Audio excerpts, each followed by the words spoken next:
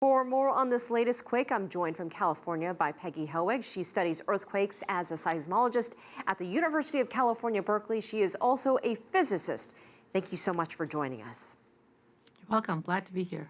Peggy, I'd like to get your reaction to this latest earthquake in Nepal. One scientist explained that Tuesday's quake occurred nearly 12 miles below the surface, deeper than last month's devastating quake. And the one a few weeks ago is known as a shallow one and tends to cause more damage. What's your take? So earthquakes this big are not just points 12 miles below the surface. They're actually much larger surface areas, and they rupture from some depth to another depth. They can certainly be much damaging, more damaging if they're shallower than if they're deeper, but the difference between 12 kilometers and 10 kilometers is not that big. Could there have been any warning at all? We're just 2 weeks away from the last one. Talk about some of the technology that's out there to kind of get ahead of earthquakes. So there are different parts. Knowing that you live in earthquake country is really important, and being prepared, having the right buildings, infrastructure, and knowing what to do in case of an earthquake. In the short term, we're working on an earthquake early warning project, just like colleagues in other countries like Japan have done, to recognize an earthquake quickly, warn people so that they have some time to avoid the shaking. But that's not going to solve a big building problem like they have in Nepal.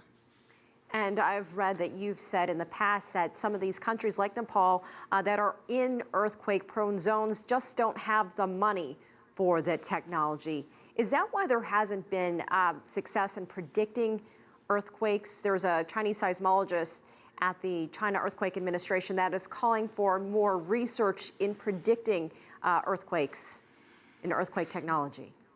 Predicting earthquakes is a really big challenge. As far as I can tell, we're nowhere close. We would need to measure a lot more.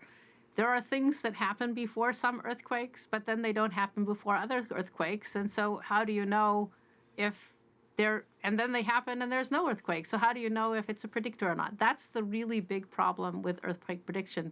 So doing what you can beforehand with the infrastructure, with training the people, teaching the people about it, that's a much better solution at this point than following up on earthquake prediction.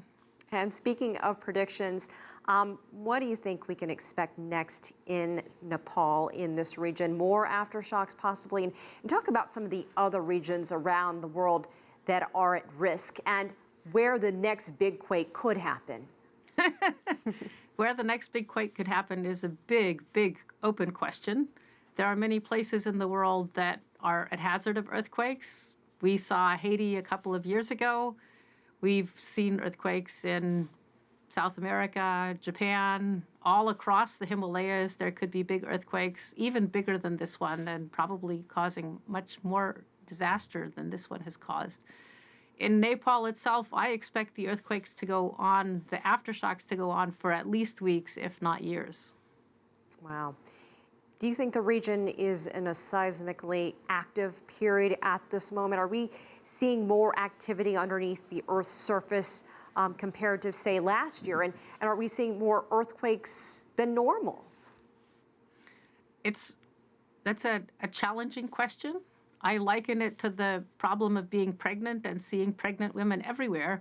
When we hear about an earthquake, we think more about earthquakes and notice them more often. We have seen very large earthquakes in the last 10 years that we hadn't seen for 50 or 60 years or more. But the Earth is still a big puzzle to us in some ways, and knowing about the timing of big earthquakes is an open question. Are they going to, the really big ones, the really damaging ones, the really disastrous ones, are there going to be fewer? Nobody really knows.